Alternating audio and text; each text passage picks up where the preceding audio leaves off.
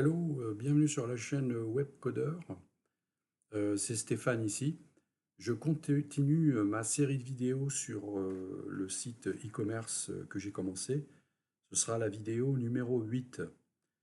Donc aujourd'hui, je voudrais me concentrer sur le Stripe, l'API Stripe qui sert à faire des paiements en ligne. Donc avant de faire une démonstration du site, je voulais me concentrer un petit peu sur le Stripe Checkout Builder qui sert à créer la session Stripe. Donc, ce Stripe Builder, en fait, c'est l'usine qui va transformer le panier, donc le panier qui est renvoyé par React.js, en une session Stripe prête à l'emploi. Donc, on lui donne des DTO propres et il renvoie un objet Stripe avec une session ID. Alors, le Stripe Checkout Builder est utilisé dans le API Checkout Controller. Vous voyez ici. Alors, pourquoi c'est comme ça? Parce qu'en fait, le, le contrôleur reçoit le panier de React.js et il crée les DTO. Donc, les DTO, qu'est-ce que c'est? Ce sont des classes d'objets qui vont récupérer des données à l'extérieur de Symfony. Ce ne sont pas des entités, ce sont des DTO qui vont servir à justement hydrater les entités. Donc ce contrôleur reçoit donc le panier du front-end, il va créer les DTO, puis il va les renvoyer au Stripe Checkout Builder. D'accord? Le Stripe Checkout Builder. Donc le builder va transformer ces DTO en paramètres Stripe et créer la session Stripe, Checkout Session. Donc, donc en l'occurrence, votre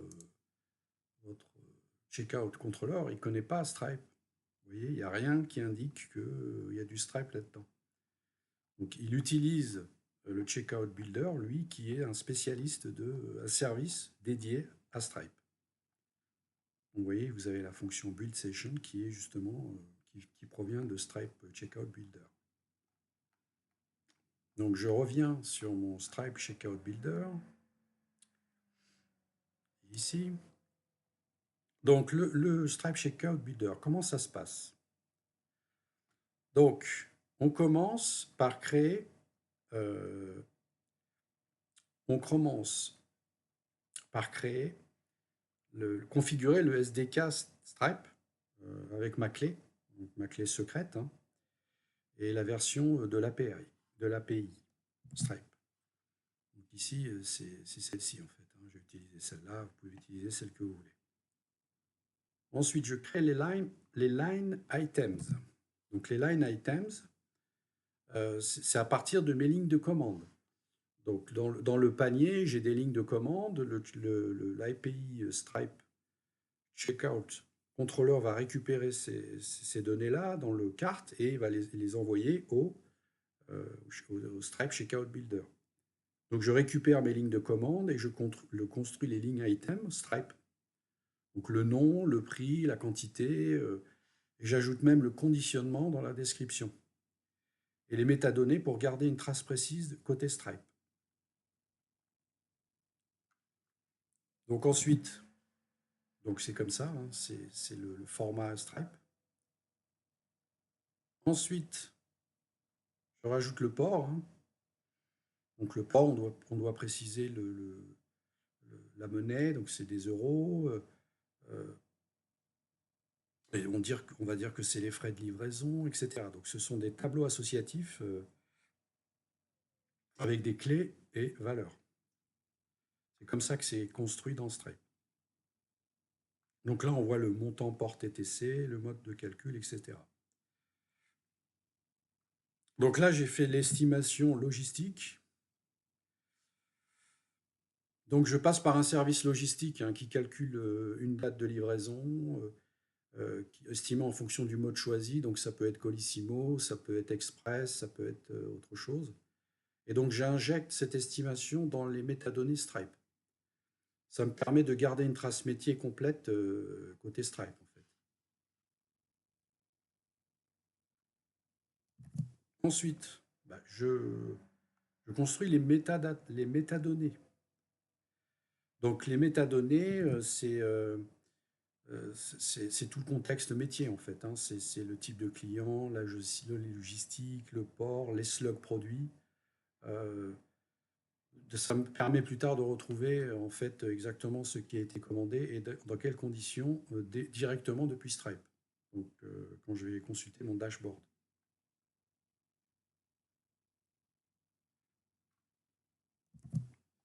Voilà, donc c'est tout ça en fait. Les custom fields. Alors les custom fields, c'est limité dans Stripe, on a le droit, hein, on a le droit à 3. Donc là, j'ai choisi, donc vous voyez, il y a trois keys, hein. Il y a key ici, et puis il y a key là, donc il n'y en a que 3.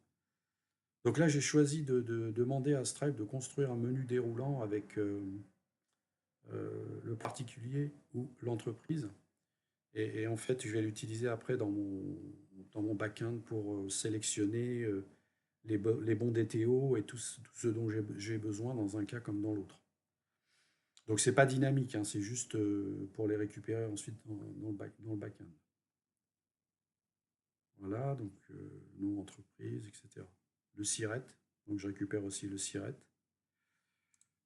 Donc ensuite j'ai le footer, donc là c'est le footer. Donc dans le footer en fait j'en ai profité pour mettre que c'était TVA comprise parce que comme je fais des tests, c'est pas géré pour le moment par Stripe, donc je l'ai rajouté là. C'est d'après la réglementation, on est obligé de le mettre. Voilà. Donc là, j'avais prévu de faire la récupération du footer si c'était une entreprise de faire, mais je ne l'ai pas encore intégré. C'est prêt, mais c'est pas encore fait. Donc, donc ici, les session parameters, c'est toute la session en fait que je viens de construire que je mets dans le bloc session parameters. C'est la configuration complète de ma checkout session.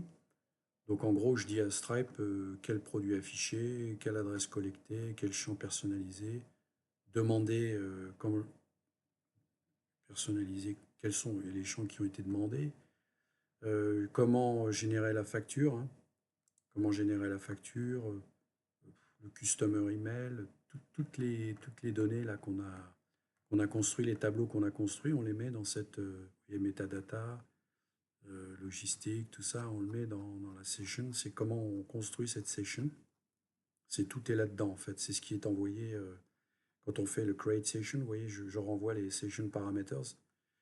Et en fait, ici, session create, c'est à ce moment-là qu'on crée la session. Donc là, j'appelle Stripe via le SDK pour créer la session, la checkout session avec un session ID. Donc ce Stripe va m'envoyer une session ID et une URL de paiement que je vais renvoyer à mon front-end qui va le display, le montrer au client pour qu'il fasse son paiement, quoi, en fait. Et en fait, cette session ID, c'est le seul moment où comment dirais-je, le back-end et Stripe vont communiquer l'un avec l'autre directement et vont récupérer l'information de la session ID.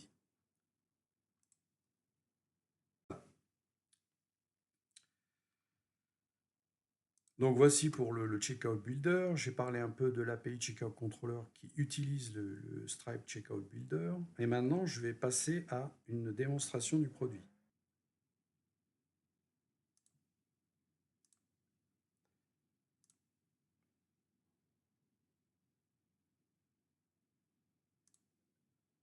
Donc je vais répéter. Donc, voici la facture Stripe. Donc on a effectivement celui qui a payé la facture et à qui elle a envoyé, c'est la livraison, l'adresse de livraison avec le nom et facturé à la personne qui a fait l'achat et qui a payé avec la carte. Donc là, il faut se dire qu'on a créé un seul client, un seul user, un seul particulier. On a créé deux adresses et on a rattaché ces deux adresses au même particulier qui a payé la facture, puisqu'il a payé la facture, mais c'est lui qui a envoyé pour faire un cadeau à une autre personne. Donc là, dans la facture, vous avez la date d'émission, la date d'échéance, vous avez tout le détail qu'on a construit avec le builder, hein, frais de livraison, les produits, donc c'est les line items hein, que je vous ai montré tout à l'heure, et le sous-total et le total. Donc là, j'ai rajouté TVA comprise, comme je vous ai montré tout à l'heure dans le footer, hein, puisqu'il n'y a pas moyen de le faire autrement avec la configuration que j'ai fait dans mon Stripe. Donc je l'ai mis comme ça pour l'instant, mais ça peut être amélioré.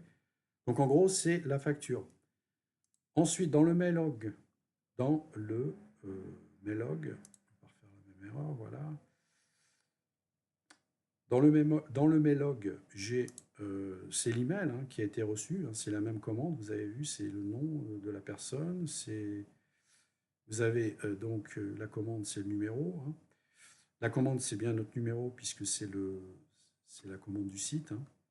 J'ai le détail de la commande qui correspond bien, j'ai le conditionnement, ça c'est très important. J'ai le mode de livraison, c'est Colissimo. J'ai le total de la commande. Ensuite, j'ai la facture Stripe, ça je vous l'ai montré. Et enfin, j'ai définir mon mot de passe. Donc en fait, ce lien-là, ça permet de rajouter, de redéfinir son mot de passe qui a déjà été défini par défaut. Et donc ça incite le client à s'enregistrer sur le site pour une première fois et à refaire son mot de passe. Parce qu'en fait, si vous voulez, c'est à partir de Stripe qu'on récupère les données du client et qu'on crée donc le user, qu'on crée le particulier, qu'on crée les adresses, qu'on crée tout en fait. Ça tout vient de Stripe. Et donc on crée un mot de passe provisoire et on demande au client, OK, inscrivez-vous sur le site, comme ça vous allez pouvoir suivre votre commande, faire toute votre administration sur cette commande. Et donc c'est très important parce que vous passez par Stripe et vous construisez et vous en même temps vous enrichissez votre site avec des nouveaux clients et vous avez votre site qui vit quoi. Donc ça c'est une manière de créer des clients. Bien sûr il y a l'autre manière qui est carrément de passer sur le site et de créer un client de façon basique quoi. Donc là c'est une façon de le faire. Alors je crois que Amazon ils font comme ça. Hein. Vous n'êtes pas obligé de vous bloquer jamais la vente, mais vous utilisez les données pour créer des users dans votre base de données. Donc là, c'est Amazon qui fait ça comme ça. Il ne bloque pas une vente. Hein. Vous n'allez pas obliger quelqu'un à vous inscrire sur votre site pour faire un achat. Ça, c'est anti-économique. Ça ne marchera jamais. Donc dans la base de données, vous voyez, là, je vais voir si j'ai bien la base de données qui s'affiche. Oui, c'est bon. Donc là, vous voyez, j'ai bien le même particulier, hein, c'est particulier ID, qui a l'adresse de facturation et l'adresse de livraison. D'accord? Particulier ID. Il y a deux adresses ID, 2122 et 2123. D'accord? Là, je suis dans acteur adresse, donc c'est la table qui sert de table de liaison entre acteur et donc c'est soit particulier, soit l'entreprise et adresse. Donc là, dans adresse, normalement, j'ai deux adresses. Je vais dans adresse. Donc là, 2122-2123, c'est bien ça. Et donc, j'ai la géolocalisation qui se fait automatiquement. J'ai un service de géolocalisation. Donc, à chaque fois que je fais un test, je suis obligé de donner des bonnes adresses qui existent vraiment. Sinon, j'ai des erreurs ou des nuls. Donc là, en l'occurrence, j'aurais eu nul. Donc là, j'ai bien 2122-2123. Donc ça, c'est l'adresse. La commande, c'est 11 174, c'est bien ça. Donc j'ai le messager, ça c'est le transporteur. Le particulier, c'est 34. L'adresse de livraison, c'est 2123. paiement intent, c'est une notion très importante dans Stripe, hein. Là, c'est payé, donc là, c'est en centimes, hein. Et là, vous avez le raw Stripe data. Et vous avez Roman Perrin, qui est le destinataire. Le payeur, c'était Yanis Renault. Et le destinataire, il est différent, c'est Roman Perrin. C'est pour ça qu'on a deux adresses. Mais ces adresses sont liées à l'utilisateur qui a payé. Donc ça, c'est pour la commande. Dans le détail commande, je vais avoir tout ce qui a été acheté. Donc c'est bien la même commande. J'ai acheté 3 articles. Donc là, j'ai le conditionnement. Je l'ai remis comme il fallait parce que j'avais un petit bug dans mon soft qui affichait que des unités, alors qu'en fait, je voulais voir le conditionnement. C'est des détails, mais c'est légal, hein. C'est obligatoire d'avoir ça dans une facture. Peut-être pas dans une facture, mais en tout cas dans la commande. Ensuite, j'ai le particulier. Donc le particulier, il y a un seul particulier qui a été créé, c'est 34, c'est lui. C'est ça, Yanis Renault. Et donc, c'est lui, le slug, donc le slug que j'utilise. Et enfin, le user. Le user, voilà, c'est un ID 41, Yanis Renault. Il a un password, donc j'ai fait un reset password, donc il est bien. Et voilà, UUID, d'accord. Donc vous voyez, ce sont des tables qui ne sont pas gigantesques, mais il y en a beaucoup. Il y a plusieurs tables. Tables. C'est mieux d'avoir. Donc là, le reset password, c'est quelque chose qui vient avec Symfony, hein. Donc celle-là, je ne les ai pas. J'ai pas refait un reset password, c'est pour ça que c'est resté plein. Sinon, il vide au fur et à mesure. Donc le fournisseur, il n'y a rien dedans. Ah oui, commande status history, très important. Donc c'est bien la 11 174, elle est payée. C'est le webhook. Ce que je voulais vous montrer maintenant, c'est, avant de passer à une démonstration, c'est ce qu'il y a dans le Stripe, dans ce fichier JSON, celui-ci là. Raw Stripe Data. C'est très important de conserver ça pour des raisons de débogage. Donc je vais vous l'appeler ici pour que vous voyez un petit peu. Donc c'est. Attendez, je vérifie que j'ai bien. Ici, voilà. Donc je vais l'appeler ici, donc dans MySQL. Je vais aller chercher la commande. Donc, OK. Donc c'est use. Ouais, c'est use e-commerce. Okay, très bien.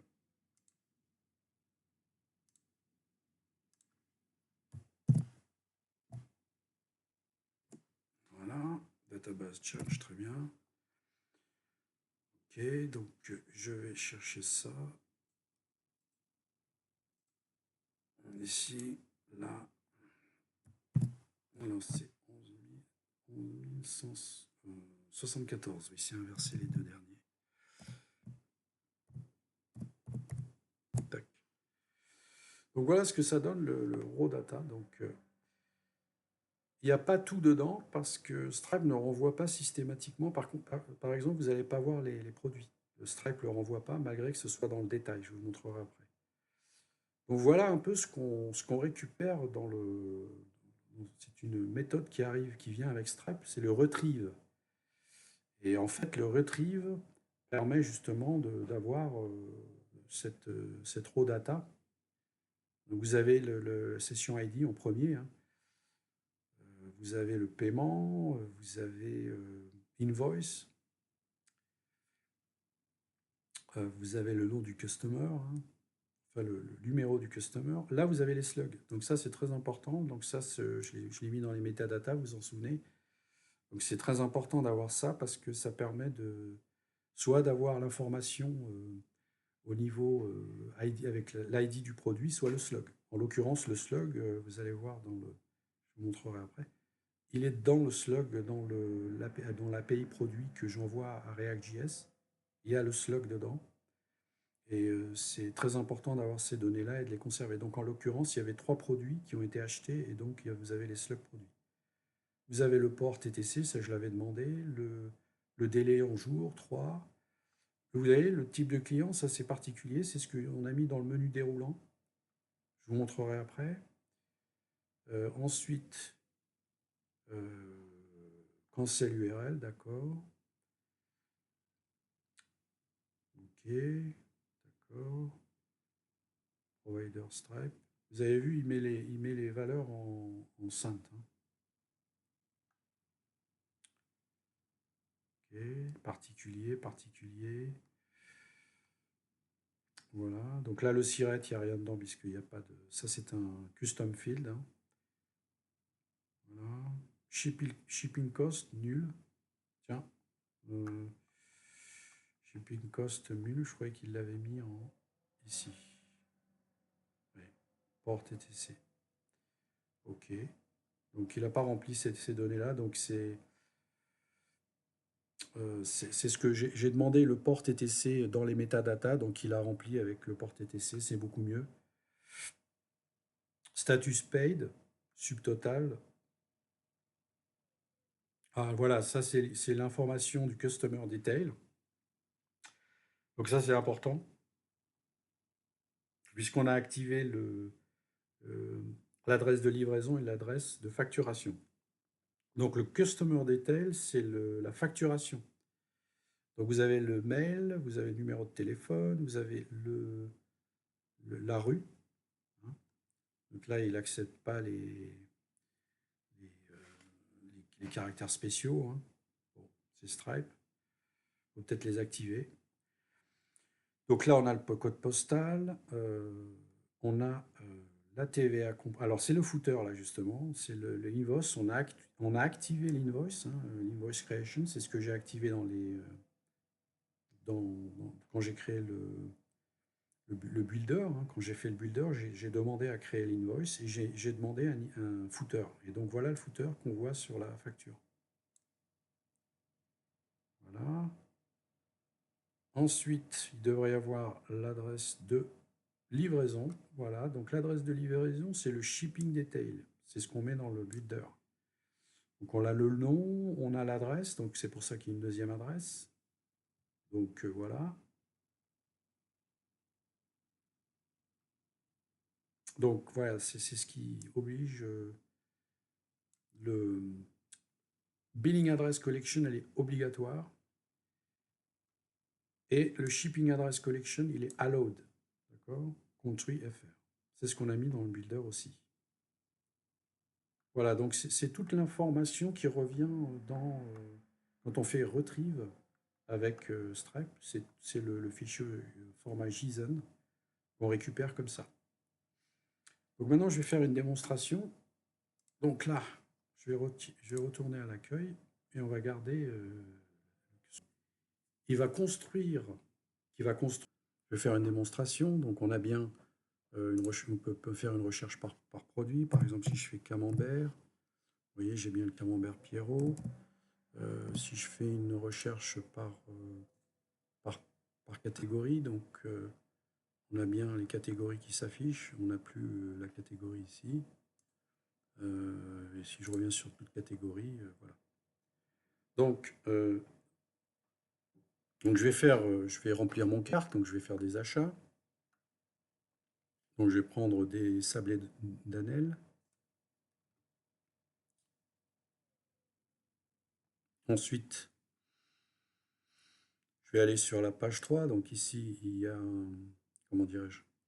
À chaque fois, il y a une requête Ajax qui est envoyée à mon backend pour renvoyer la bonne page avec tous les produits. Donc là, je rajoute mon produit, je continue, donc j'ai un deuxième achat, je continue, par exemple, page 5. Donc là, par exemple, je vais prendre, ok, ça, poisson et fruits de mer. Voilà, je fais ça. Donc là, pour le moment, je ne fais que du front-end. J'ai des requêtes Ajax qui partent vers le back-end et que le back-end va intercepter comment dirais-je, les URL et va renvoyer les données. Donc là, pour l'instant, le back-end n'est pas trop impliqué, c'est que du front-end. J'ai bien mon carte, donc là j'ai bien mon carte qui s'affiche, j'ai bien le total et j'ai bien l'affichage aussi du conditionnement qui sont très importants. Donc là, je peux en rajouter 2, je peux en rajouter 3. D'accord. Donc là, ce sera. D'accord. Vous avez vu le total se change en temps réel. Sachant que ce total-là va être recalculé ensuite par le back-end. C'est pas le back-end refait tous les calculs. Donc là, je vais prendre point relais et je déclare être majeur au disposer de l'autorisation de mon représentant légal pour une bonne et simple raison qu'il y a de l'alcool qui est vendu là et c'est légal de faire ça. Donc à partir de là, qu'est-ce qui va se passer? Qu'est-ce qui va se passer? J'ai mon API Stripe contrôleur qui va récupérer le carte. Il va récupérer le carte, il va hydrater des DTO, d'accord? Ces DTO sont des données que l'on récupère du carte pour construire ensuite le, comment dirais-je, la session Stripe. Donc ça, c'est une chose. Ensuite, il va y avoir l'API, le Stripe Builder, le service Stripe Builder qui va rentrer en ligne de compte et qui va construire le formulaire Stripe. Ensuite, troisième chose, Stripe va envoyer une session ID au builder. D'accord. Et donc, il y a une session ID qui va être créée. C'est le seul moment où il y a une relation, il y a, comment dirais-je, une communication serveur to serveur entre Stripe et le backend. Donc il y a ces trois événements qui vont se produire et il va y avoir l'affichage du formulaire Stripe puisqu'il y a une session ID et on renvoie l'URL à React.js qui affiche la page du formulaire Stripe au client. Donc voilà, je fais ça, passer la commande. Une erreur est survenue lors de la commande. Oh, d'accord, je sais pourquoi. Je sais pourquoi.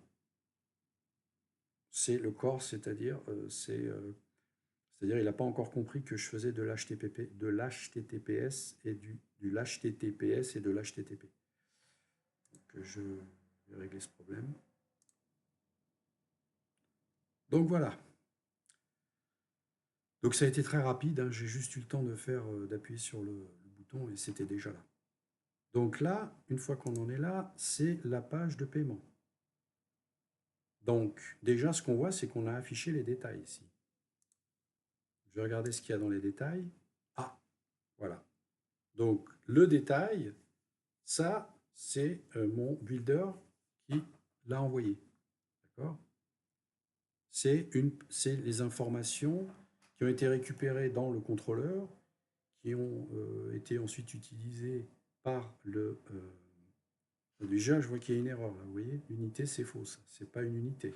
Donc le conditionnement est bon, mais le champ que j'ai récupéré n'est pas bon. Donc ça, il faudra que je le corrige. Donc, mais en tout cas, une chose est certaine, c'est qu'on a bien le builder qui a construit toutes ces informations et les métadatas et qui les a envoyées à Stripe. Mais bon, ça, le conditionnement, c'est faux. Et je le rechangerai ensuite. Ensuite, le builder n'a pas fait que ça puisqu'il a construit tout le, comment dirais-je, le formulaire Stripe. Tout ça, ça vient de mon builder.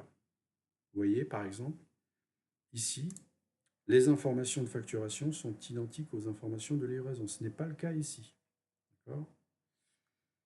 Donc c'est parce que je vais faire un test avec deux adresses différentes. Donc je vais aller récupérer des données que j'ai là, que j'ai collectées, qui permettent de faire des tests avec des vraies données. Hein. Parce que sinon les adresses ne sont pas les bonnes et je veux tester toute la chaîne, donc je suis obligé d'aller chercher des vraies adresses, même si les noms sont inventés, les email adresses aussi. Donc, je vais aller chercher ça tout de suite.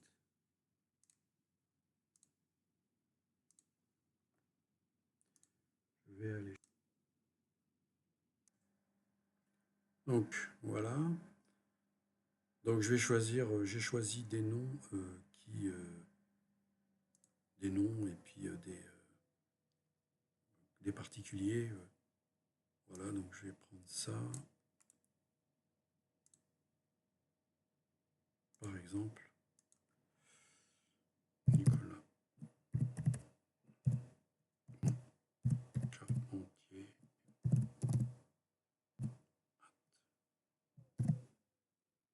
gmail.com. Donc ici, là, l'information de livraison, c'est pas le cas, hein. C'est l'information en premier, c'est l'information du payeur, en fait, hein. Ok, ça c'est un particulier, ça c'est le menu déroulant qui n'est pas dynamique. Donc là, c'est l'adresse de livraison, hein. Donc l'adresse de livraison, ça va être un autre nom et une autre adresse. On va choisir Claire Dupont, hein, ça n'a pas d'importance.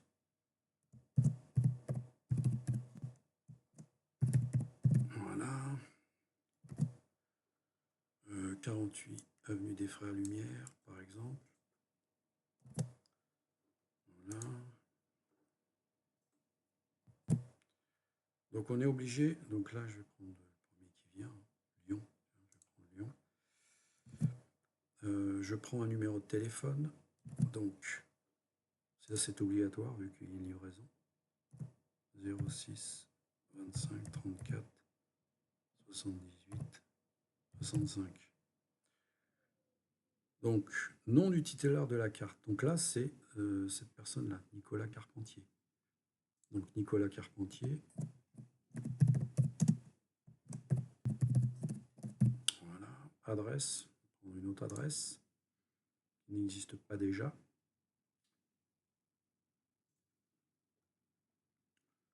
« 12 rue des Amandiers. Tiens, ça va très bien, ça.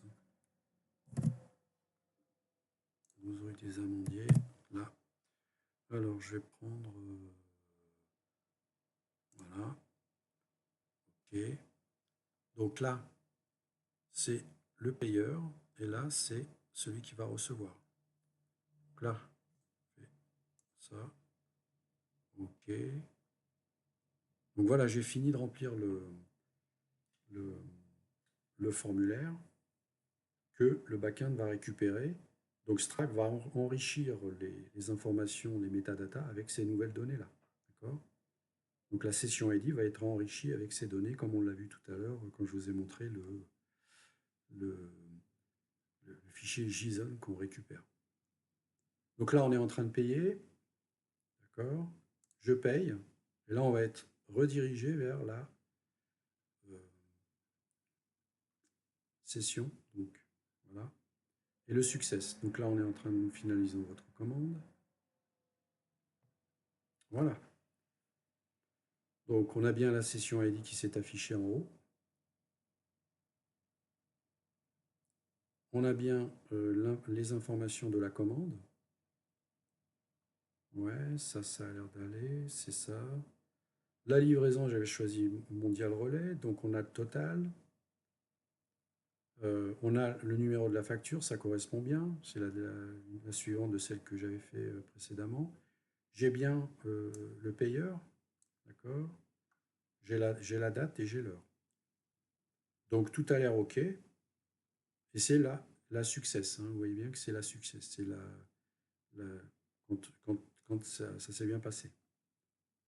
Donc là, je vais aller dans Mailhog. Donc je refais un inbox. Est-ce que vous voyez le Mailhog là? Oui. Donc voilà, a minute ago, donc elle vient d'arriver. Donc je fais un accès, donc c'est bien expliqué là, votre commande et accès à votre espace client. Voilà, ça c'est très bien. Donc c'est bien Nicolas Carpentier, hein. Donc j'y vais. Donc on a bien les trois éléments, même s'ils ne sont pas dans le même ordre, hein. On a bien le nom, Nicolas Carpentier. À quelle heure il a payé. Mondial Relais, le prix, le frais de livraison, le total de la commande qui correspond bien à ce qu'on a là. On va le vérifier, voilà. Donc là, le frais de livraison, 4,50. Mailrog, 4,50. Donc là, ce que je fais tout de suite, c'est définir mon mot de passe parce que, bon, sinon j'oublie. Après, on regardera la facture. Donc là, je vais dans définir mon mot de passe. Voilà, donc j'utilise toujours le même mot de passe, hein. C'est un mot de passe assez complexe. Voilà. Ça. Ok. Je fais ici. Voilà. Je le fais ici. Là. C'est le même. Reset password. Voilà. C'est pas mal, 101 millisecondes. C'est plus rapide d'habitude. J'ai vu des temps à 18 millisecondes ici, hein. Voilà, donc là. Donc maintenant, on va télécharger la facture. Parce qu'il y a une facture Stripe. Voilà, elle est ici. Là. Ouais. Donc, c'est bien Nicolas Carpentier, hein. On a bien ici Nicolas Carpentier. On a le numéro de la facture, donc c'est la facture Stripe. On est le 18 aujourd'hui. Envoyé à Claire Dupont. D'accord, on a l'adresse. À Lyon. Et à facturer à cette personne-là. On a bien le total qui correspond au front-end, hein, ici, très bien. On a les bons articles, hein, Sablé, Danel, Sablé, Ingla, alors Sablé là, Ingla, ouais d'accord, et l'autre c'est, voilà, ici, et le frais de livraison est là. Donc là, c'est Stripe qui envoie ça. Vous avez l'ordre n'est pas forcément le bon. TVA comprise, et on a bien, par contre, on a bien les bons, les bons items. Ok. Donc voilà. Ensuite, on va aller dans la base de données. D'abord, commencer par la commande. Ok. Stripe Session ID, normalement, ça devrait correspondre. Je ne sais pas si on le voit toujours. Ouais, c'est ça. B1MZ7. B1MZ7. Vous voyez, c'est celle-là. Donc, ok. On a le numéro de la commande, c'est bien celle-là, puisque je l'ai là. Ici. On a le messager, c'est le 3. C'est le 3 dans l'ordre que j'avais choisi. Le port 457 en cents. C'est pas en euros. Adresse de livraison 2125. Particulier ID 35. Donc on va aller à l'adresse de livraison d'abord. Adresse de livraison. Donc il y a bien deux adresses, 48 rue des Frères Lumière et 12 rue des Amandiers. Alors le 12 rue des Amandiers, c'est...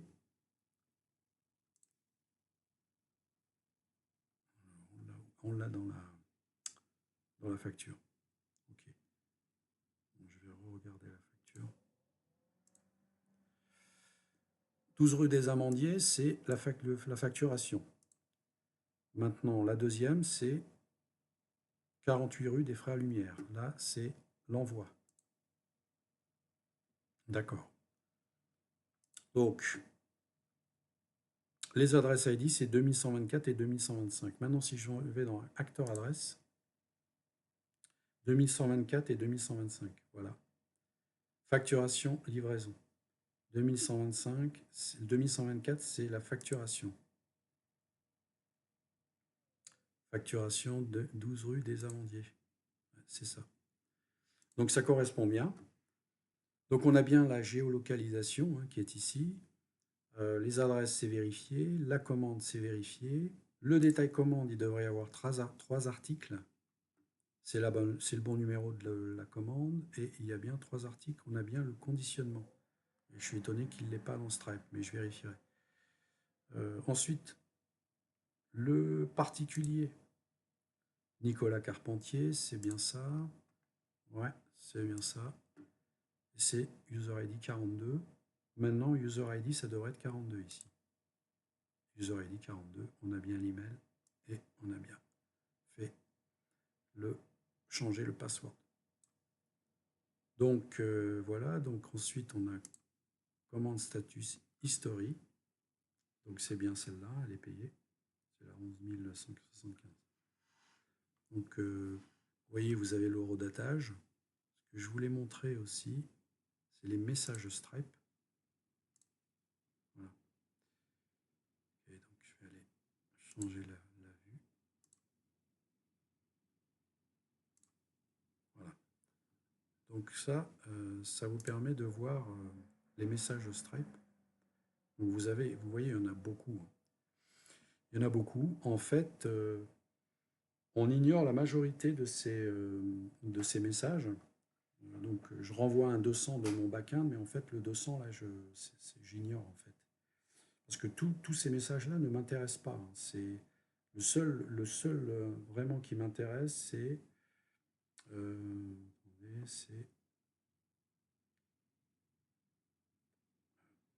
session complete. C'est celui-là. C'est celui-là qui m'intéresse. Donc c'est à partir de celui-là que je déclenche la commande. Et quand j'enregistre la commande, c'est celui-là en fait, le checkout session completed. Tous les autres, je les ignore, mais je suis obligé de renvoyer un 200, sinon ça ne marcherait pas. Quand on travaille avec les API, on est obligé de renvoyer un code 200 au consommateur de l'API. Donc on est obligé de renvoyer à chaque fois, même si je n'utilise pas. Donc ça, qu'est-ce que je voulais montrer d'autre? Ah oui, je voulais montrer les logs pour la bonne et simple raison.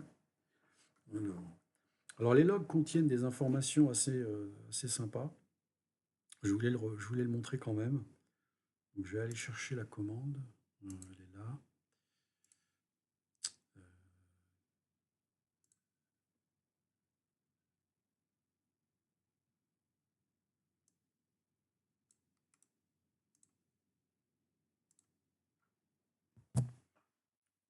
Est-ce qu'on le voit là? Ouais. Donc je voulais montrer la commande parce que je voulais montrer les différences entre comment dirais-je, les requêtes qui sont créées par Doctrine et les requêtes que l'on crée nous-mêmes. Donc voilà, par exemple ici, vous voyez, ça c'est typiquement quand vous avez du T0, des choses comme ça, user ID 6, ça ce sont des requêtes, requêtes Doctrine. D'accord? Ce ne sont pas des requêtes SQL. Donc c'est Doctrine qui a fait un select et qui a été chercher des données dans la base de données. Quand on fait un find all, par exemple, ben find all, c'est typiquement, ça va dans le repo, hein, et c'est Doctrine qui prend la main et qui construit la requête à partir d'un find all. Donc typiquement, ça, ce serait un find all. Je vais vous montrer maintenant la différence avec une requête donc ça aussi, c'est une requête Doctrine. Je vais vous montrer une requête. Donc là aussi, c'est Doctrine, hein. Je vais vous montrer une requête SQL. Vous allez voir la différence, en fait. Voilà. Ça, c'est une requête que j'ai créée, cette requête-là. C'est une requête SQL. Donc, quand on va rechercher des données dans la base de données et qu'on ne passe pas par un find all de Doctrine, ça, c'est exactement un find all que je fais là, mais sauf que je passe par une requête SQL que j'ai écrite. Parce qu'en fait, ça gagne énormément, ça vous fait gagner énormément de temps, les requêtes SQL. C'est des requêtes qui prennent en général 1 milliseconde ou quelque chose comme ça. Quand vous allez faire des recherches de données massives dans une base de données, utilisez comme ça du SQL.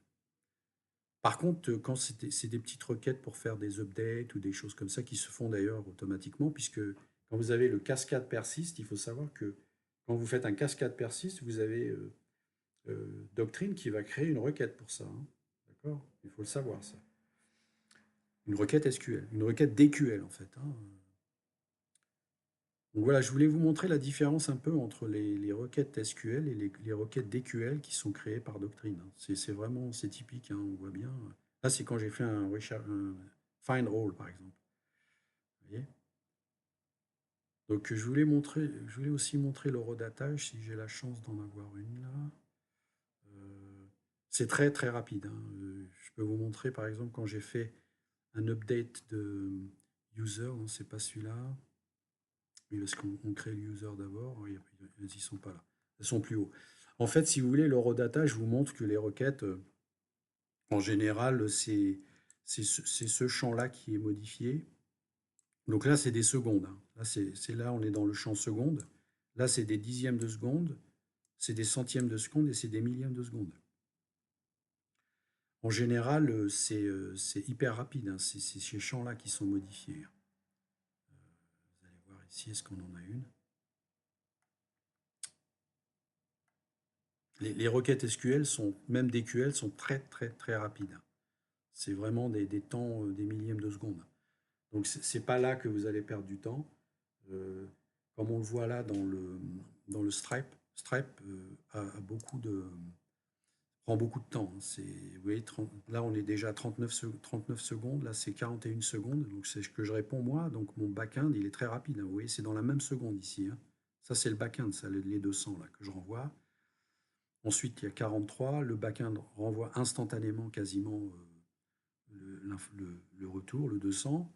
43 toujours, hein, c'est dans la même seconde. Donc le back-end, en fait, est très très rapide, hein. Ce qui prend du temps, c'est le Stripe. Enfin, c'est un peu logique puisque le Stripe, il est déporté et que tout mon code est local aussi, hein. Ça peut venir de là aussi. Mais donc, tout ça, ça se fait très rapidement, hein. Ça se fait très rapidement. C'est de l'ordre de millisecondes à chaque fois, ou de dixièmes de seconde. Bon voilà, cette vidéo se termine. Si vous avez apprécié cette vidéo, n'hésitez pas. La prochaine vidéo sera consacrée à euh, créer, mettre tout ça en prod pour pouvoir l'utiliser ensuite avec des HTTPS, etc. Donc je suis déjà en HTTPS ici, hein. Donc vous voyez, je vais le localhost API webhook, il est sur une HTTPS puisque j'utilise Caddy avec Franken PHP. Voilà, bah, je vous dis au revoir et à bientôt. Et puis, si vous avez apprécié cette vidéo, n'hésitez pas à faire des likes, hein, ça m'encourage et ça m'aide dans mon référencement. À bientôt. Donc, j'en ai profité pour refaire un bout de code pour corriger le petit bug là qu'on a vu sur get quantité par unit. C'était en fait un petit bug. Je n'avais pas mis ce getter dans l'API Checkout Controller. D'accord. Donc là, j'ai rajouté, j'ai mis une clé et puis j'ai mis le get quantité par unit qui vient de produit. Donc là, ensuite, donc la ligne commande, c'est celle-ci. Donc je l'ai rajoutée aussi dans le DTO, hein, puisqu'elle n'y était pas. Et puis, dans le Stripe Checkout Builder, j'ai rien besoin de faire. Il doit être le conditionnement, il est là, donc c'est bien conditionnement, hein, donc ça va marcher. Donc on refait un test, on va voir si ça marche. Donc c'est du real time, hein. Ok, retour à l'accueil, je vais faire très simple, hein, très rapide. Aucun produit, d'accord. On refait le conditionnement.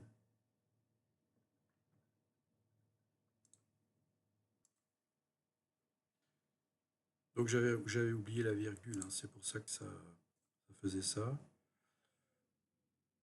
Et donc je reprends, j'avais oublié une virgule, hein, c'est pour ça que ça faisait ça.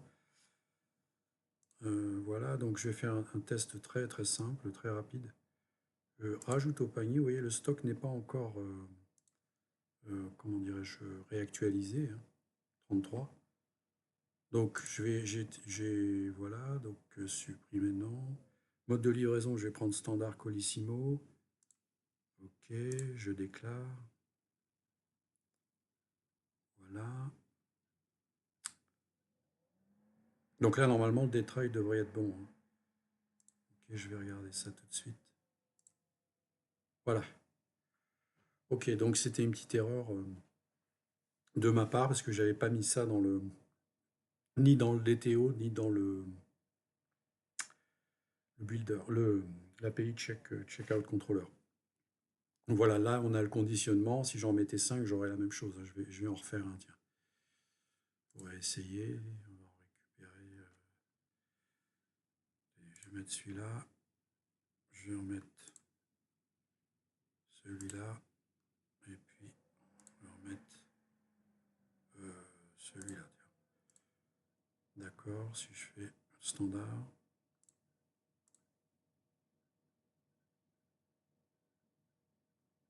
Ah, c'est relativement rapide. Donc, ça, afficher les détails. Voilà, j'ai bien le conditionnement, 24 bouteilles, 24 boîtes et une boîte de 2 kg. Donc ça, c'est important de l'avoir parce que ça permet de vérifier qu'on a bien ce qu'on a commandé dans notre carte. Voilà, cette vidéo se termine et puis la prochaine fois, ce sera intégrer tout ça dans un projet pour la prod avec Symfony. À bientôt.